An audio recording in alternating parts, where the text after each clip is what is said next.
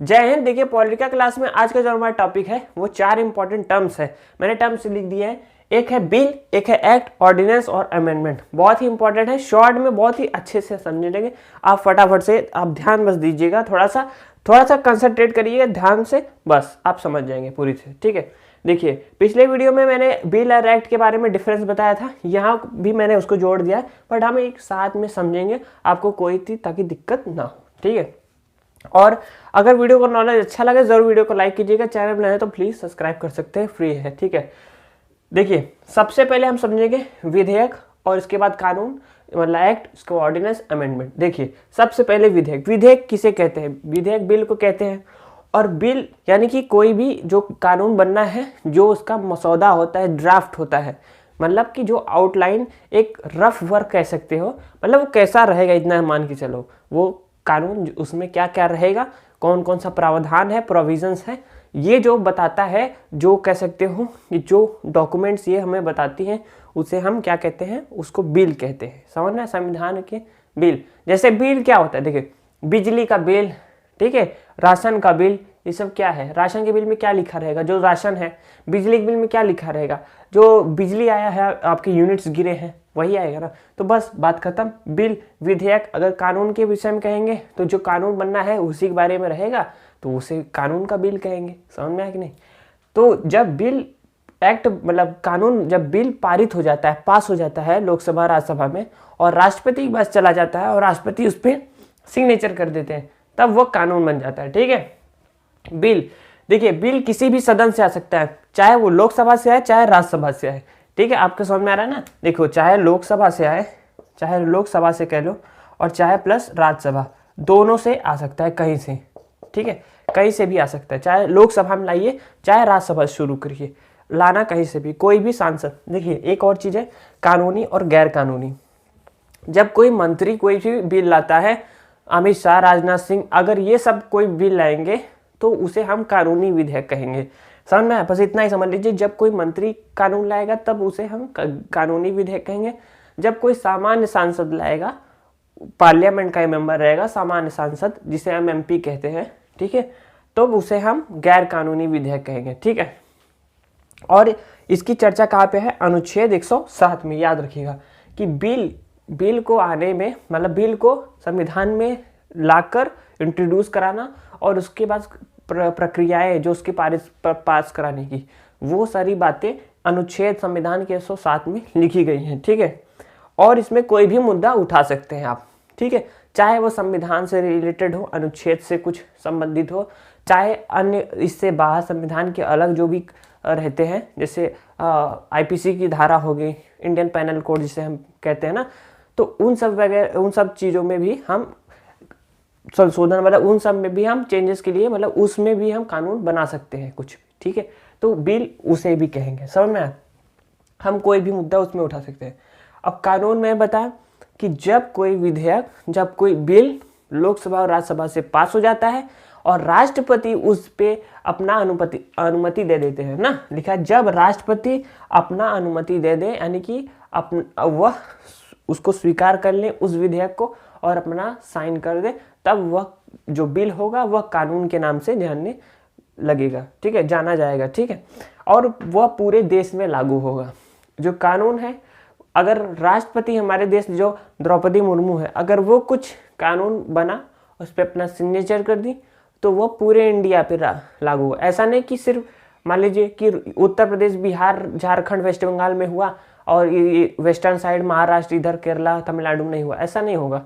पूरे एक तरफ से जम्मू कश्मीर में भी लागू होगा, अरुणाचल में भी लागू होगा, कन्याकुमारी में भी लागू होगा, मतलब केरल में, और ये बीच मध्य प्रदेश में भी होगा, गुजरात में भी होगा, पूरे इंटायर कंट्री में लागू हो जाएगा। ठीक है, और ये लोकसभा और राज्यसभा प्लस राष्ट्रपति, मतलब इन तीनों के सहयोग, यानी कि संसद जब किसी भी कानून को, किसी भी बिल को पारित कर देती है, संसद के कितने अंग होते हैं? लोकसभा, राज्यसभा और राष्ट्रपति, तब वह कानून एक्ट बन जाता है। इतना बात है, बात समझ में आया? अब देखिए यहाँ पे आगे चलते हैं, ऑर्डिनेंस। बिल और एक्ट में अंतर आ गया कि कब बिल रहता है विधेयक और कब वही बिल कानून बन जाता है, जिसे हम एक्ट कह रहे हैं। ऑर्डिनेंस को हम अध्यादेश कहते हैं। ठीक है, ऑर्डिनेंस। और ऑर्डिनेंस लाने की जो पावर है, जो शक्ति है, वो है हमारे देश के राष्ट्रपति के पास होती है। जब कभी भी क्या होता है, संसद का सत्र नहीं चलता है, इसकी चर्चा अनुच्छेद 123 में की गई है। 123 आर्टिकल नंबर 123 जो कि हमारे संविधान का 123वां अनुच्छेद यह बताता है कि जब कभी भी संसद का सत्र नहीं चल रहा होगा, जैसे सत्र होते हैं ना, मानसून सत्र और शीतकालीन सत्र, ये सब अलग अलग सत्र चलते हैं, ठीक है। तो जब सेशन जब चलता है, यानी कि जिसे हम सत्र कह रहे हैं, अगर जब कभी भी सेशन नहीं चल रहा है ना, साल में जो संसद का सेशन चलता है, मतलब सत्र चलता है, वो 3 बार बैठाई जाती है, ठीक है, 4 महीने पे गैप पे, ठीक है, 4 महीने, मतलब 4 महीने के बाद 4 महीने, फिर 4 महीने, ऐसे करके 3 बार होती है, 3 सत्र चलता है। उसमें से मान लीजिए कभी एक समय आया जब सत्र नहीं चल रहा है, उस समय अगर कुछ इमरजेंसी में कोई कानून बनाना हो, मतलब तुरंत जो हमारे देश में लागू करना है, देश के लिए अगर कोई जो तुरंत लागू करना है, कोई कानून को तुरंत लाना है अभी के अभी, तब वह ऑर्डिनेंस कहा जाएगा, जिसे हम अध्यादेश कह रहे हैं। वो शक्ति केवल राष्ट्रपति, देश के राष्ट्रपति की होती है। वह चाहे तो इसमें कोई भी कानून ऑर्डिनेंस द्वारा पास करके कर सकते हैं, समझ में बना सकते हैं, ठीक है।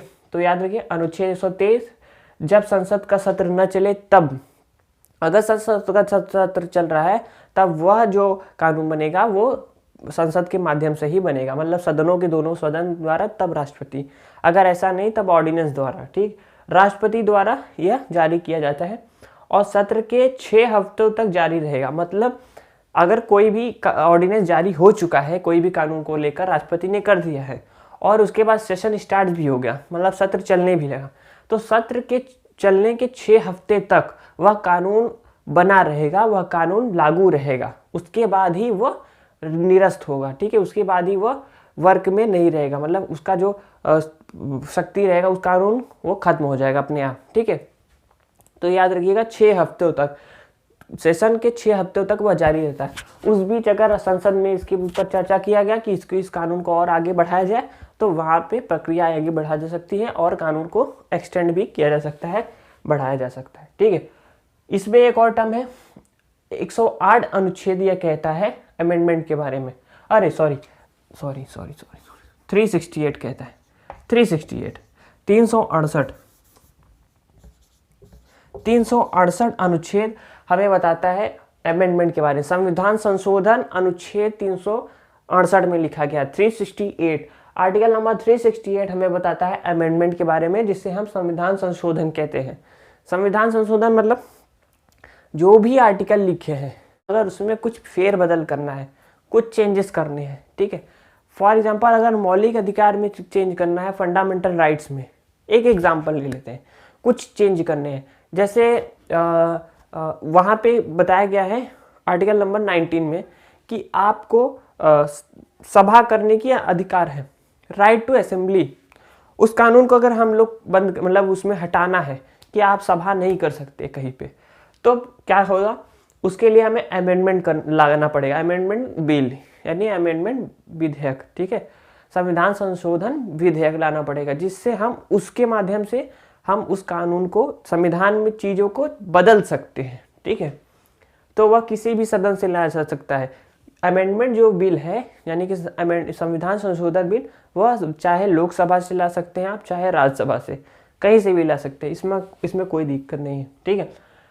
एक चीज़ याद रखिएगा कि संविधान संशोधन जिसे हम अमेंडमेंट कर रहे हैं, अमेंडमेंट में कभी भी अध्यादेश जारी नहीं होता है, मतलब ऑर्डिनेंस द्वारा, जैसे अध्यादेश द्वारा नहीं मान्य होगा, मैंने लिखा है अध्यादेश, इसका क्या मतलब है कि कभी भी अमेंडमेंट ऑर्डिनेंस द्वारा पास नहीं कराया जा सकता।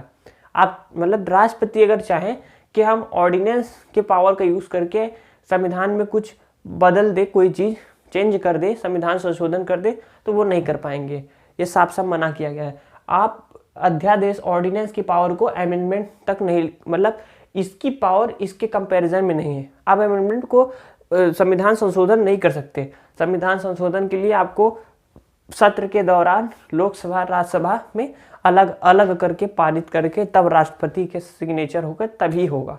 इतनी लंबी प्रक्रिया है, नहीं तो आप सोचेंगे कि ऑर्डिनेंस अकेले राष्ट्रपति चेंज कर लेंगे तब तो खत्म ही काम है, समझो, ठीक है।